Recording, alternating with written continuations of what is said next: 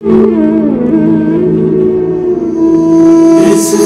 मीर साहब, मीर टॉकीज में तनकीदी जायजा आपने लिया खई ड्रामे का, और उसमें आपको कमेंट भी आपने पढ़ लिए होंगे कि शायद लिफाफा अच्छा खासा था। अब आज बात करते हैं जाने जहां की। इसके बारे में बताएं कि इसका कैसा ग्राफ रहेगा। जी, जाने जहां भी एक दिलचस्प ड्रामा है, ARY पे देखा जा रहा है और इस वक्त जो है एक बहुत कंपटीशन है, हेल्दी कंपटीशन है। जियो, ग्रीन, ARY और इस तरह हम भी उसमें जाहिर है रेस में शामिल है। तो ये जो ड्रामा है जाने जहां, इसकी प्रोटैगनिस्ट हैं हमजा अब्बासी और आयजा खान, और ये दोनों हमारे फेवरेट हैं। आयजा भी, हमजा भी बेहतरीन रजिस्टर्ड आजमूदा बेहतरीन आर्टिस्ट हैं। और अब उसमें जो बाकी लोग हैं, उसमें नवाल सईद हैं, वो हमारे पब्लिक डिमांड में भी आई हैं और बहुत ही जितनी वो प्यारी हैं उतनी ही प्यारी हमें इंसान भी लगे। बहुत अच्छी वो कोऑपरेटिव लड़की हैं। इस तरह के आर्टिस्ट के साथ काम करना बहुत आसान होता है। और इसमें फिर हैं अम्माद अरफानी हैं, फिर हारिस वहीद है। हारिस वहीद साहब से हमारा वो रहा कि भाई इनके साथ भी शो करना है। बहुत ही नेचुरल और बड़ा ज़बरदस्त नया टैलेंट है। फिर मरियम नवीस हैं, मरियम नफीस, फिर रजा तालिश, वो स्टेप ब्रदर हैं। फिर जैनब कयूम, वो सीनियर आर्टिस्ट जो ZQ, और अब उनका नाम जो है वो जैनब कयूम आता है। नूरुल हसन है हमारे दोस्त, और किंजा मलिक हैं, और सवेरा नदीम उस ड्रामे की जो हैं आप समझें कि रूहे रवां उनके इर्द गिर्द, और आसफ रजा मीर साहब, उनको बेगम साहबा ने जहर दे दिया। सवेरा नदीम ने बहुत अच्छा नेगेटिव कैरेक्टर किया है, और इसकी राइटर जो है रिदा बिलाल हैं, डायरेक्टर कासिम अली मुरीद है। और ये ड्रामा, इसकी खास चोई सब बात ये है कि ये हमजा अब्बासी इनिशली इसका तवज्जो का मरकज बने थे लोगों को, क्योंकि वो उससे पहले काम नहीं कर रहे थे। और हमजा अब्बासी की जिंदगी में जो हमारे सामने है उसमें ट्रांजैक्शंस आती रही हैं, और वो लंबा चौड़ा पीरियड नहीं है। वार फिल्म में ये उसके साथ बिलाल लिशारी के एसोसिएट थे। उसके बाद जो है वो ये ड्रामों में आए हैं।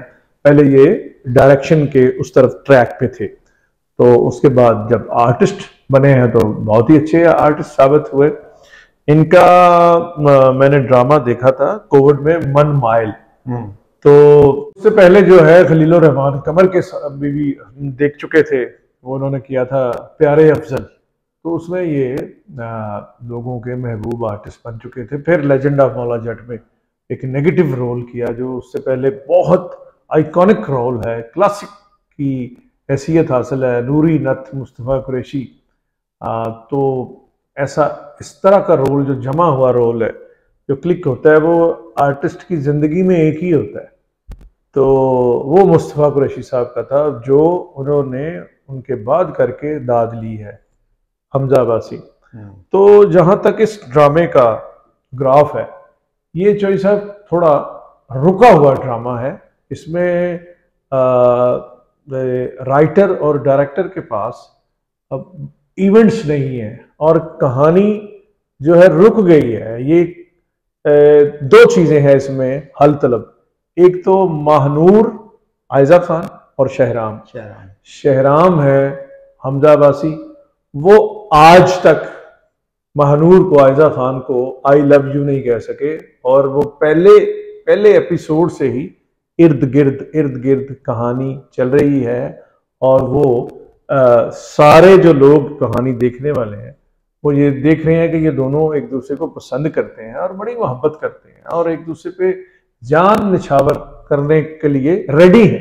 अच्छा मीर साहब, आप हमेशा सस्पेंस तोड़ देते हैं ड्रामा निगारी का, तो बताएं जरा, शहराम और महानूर जो हैं ये नदिया किनारे की तरह अलग अलग ही रहेंगे या कि कहीं मिलेंगे भी? तो ये सब बड़े शरारती हो तुसी, ये मिलेंगे, जरूर मिलेंगे। और अगर राइटर डायरेक्टर का दिमाग खराब हो गया तो फिर हो सकता है वो दूर दूर ही रहें। अच्छा, ये जो बड़ी कहानी है ना, बड़े नावल है, जिसमें यास, उम्मीद, एक नाकामी, एक जैसे सब कॉन्टिनेंट में सबसे नाकाम जो मोहब्बत में रहे वो दिलीप कुमार साहब रहे, देवदास में और अंदाज में और दूसरी फिल्मों में। तो वो एक चीज और उदासी, और फिर ये सब कॉन्टिनेंट में ऐसी चीज ज्यादा बिकती है, जैसे लाला तावला जब आए हैं तो कि जी इन्हों का रोमांस सी चाचे की धी नाल, ते फिर मिले नहीं भाई, चाचे की धी तो नेड़े ही पैंदी है, ਉਹਦੇ ਨਾਲ भी नाकाम हो गया तो बंदा इनू मतलब कामयाब कितने होना है, उस बंदे की चुकाई होनी चाहिए। तो बहरहाल मेरा जो तजर्बा और जो पाकिस्तान का ड्रामा जिस तरह से होता है, फिल्म होती है, तो उसमें तो ये मिलेंगे, लेकिन इसको खींचना इतना लंबा कि शहराम अभी तक 27 इनकी जब ये अनाउंस हुई है, दिसंबर 2023 में ये अनाउंस हुई थी, सीरियल यानी अनाउंस से मुराद पहला इसका एपिसोड चला था, ऑन एयर गया था, तो तब 24 एपिसोड अनाउंस हुए थे।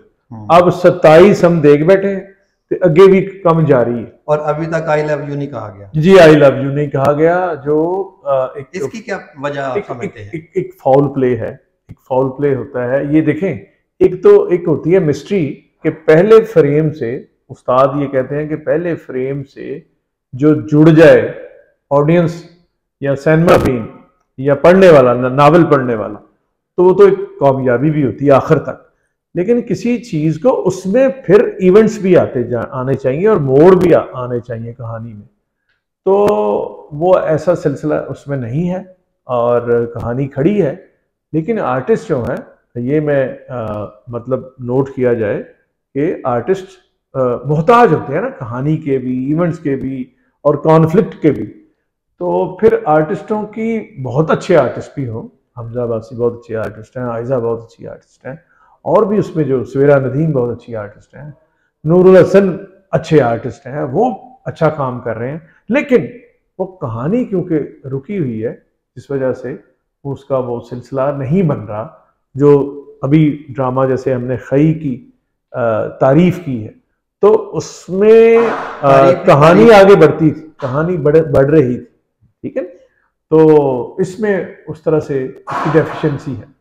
और ये जो सौतेली माँ और सौतेली भाई का रोल है, मीर साहब आप बतौर सवेरा नदीम और हारिस वहीद, आप बतौर सहाफी देखते हैं कि इन पर फर्द जुर्म लगने वाली है और ये कत्ल के जुर्म में जेल जाने वाले हैं? देखिए, उन्होंने तो आसफ रजा मीर को जहर दे के मारा। अब दो चीजें हैं, एक तो जाहिर है वो ताज़ीरात पाकिस्तान के तहत वो अगर फर्ज करें उन्हें शहराम हमजा अब्बासी माफ भी करे तो कानून और रियासत माफ नहीं करती, तो उनको सवेरा नदीम को इस उनके अमल की सजा मिलेगी और वो जेल जाएंगी। और जो कत्ल करवाया है हारिस वहीद यानी तबरेज, जो उनका स्टेप ब्रदर है, तो उसने भी नवाल सईद का हस्बैंड साकब समीर जो है उसको कत्ल करवाया है, तो वो भी कली खुलेगी। हारिस वहीद भी, तो तबरेज का करैक्टर है, वो भी कानून के शिकंजे में जाएंगे फाइनल राउंड में, और आखिरी किस्त तक शहराम और ये महानूर जो है वो मिल जाएंगे। लेकिन उस तो पहला जिहड़ा एक खिंच रहे ने, ड्रैग कर रहे ने, ये एक प्राइवेट ये जो ड्रामा चैनल्स हैं उसमें फिर जाहिर है एक कारोबार, ये हमारे हुमायूं सईद साहब की अहलिया समीना हुमायूं सईद इसकी प्रोड्यूसर हैं। तो ये जो प्रोड्यूसर हैं हमारे हुमायूं सईद साहब और उनकी मिसेज समीना हुमायूं सईद साहबा, तो ये उनके नोट करने की बात है कि कहानी को उतना ही खींचे, उतना ही उसमें इलास्टिक होना चाहिए जितना उसमें एक पोटेंशियल है, वो अब ज्यादा खींच रही है। तो मेरे साहब आप समझते हैं कि जिस तरह की यूट्यूबर कंटेंट क्रिएटर जो है वो एक काम की बात जो है वो 10 मिनट की वीडियो के आखिरी मिनट में कहता है, तो आपके ख्याल में इस तरह इसको ड्रैग किया जा रहा है और जो है ऑडियंस इसका एंड देखना चाहते हैं? और देखिए, यूट्यूब की फिलॉसफी और ड्रामे की फिलॉसफी, इसमें एक फ़र्क तो रहना चाहिए, लेकिन फार्मूला वही है, E=MC² के खींचा जा रहा है, जो आर्टिफिशियल हो गया, जिससे कहानी की ताकत और एक जो ग्रेविटी है उस पर असर पड़ा। तो मीर साहब, अब आपकी फेवरेट बीट, म्यूजिक और OST? इसके बारे में बताइए। जी, जाने जहां का जो ओएसटी है वो नावीद नाशाद का है।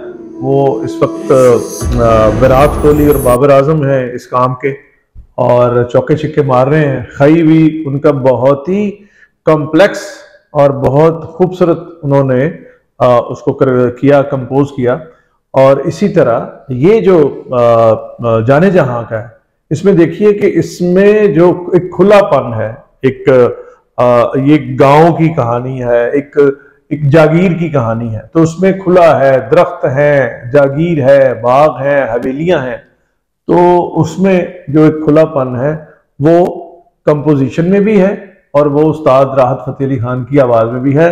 उस्ताद राहत फ़तेह अली खान जो बुनियादी तौर पे कवाल है, तो कवालों का जो रेंज, इनके दादा का भी, इनके अब्बा और इनके ताया का भी, उस्ताद नुसरत फ़तेह अली खान, उस्ताद फ़र्क फ़तेह अली खान, तो खुद उस्ताद राहत का जो रेंज है, तो खुला वो एक एटमॉस्फेयर है उसमें, और बड़ा बेहतरीन वो सिलसिला है। और वो ड्रामे को बड़ा इन्हेंस करता है, बड़ा उसकी सिचुएशंस को और उसकी जो एक दिलचस्पी है वो ग्रैब करने में म्यूजिक का नवीद नाशाद और उस्ताद राहत फ़तेह अली खान की ओएसटी का बड़ा बुनियादी हाथ है।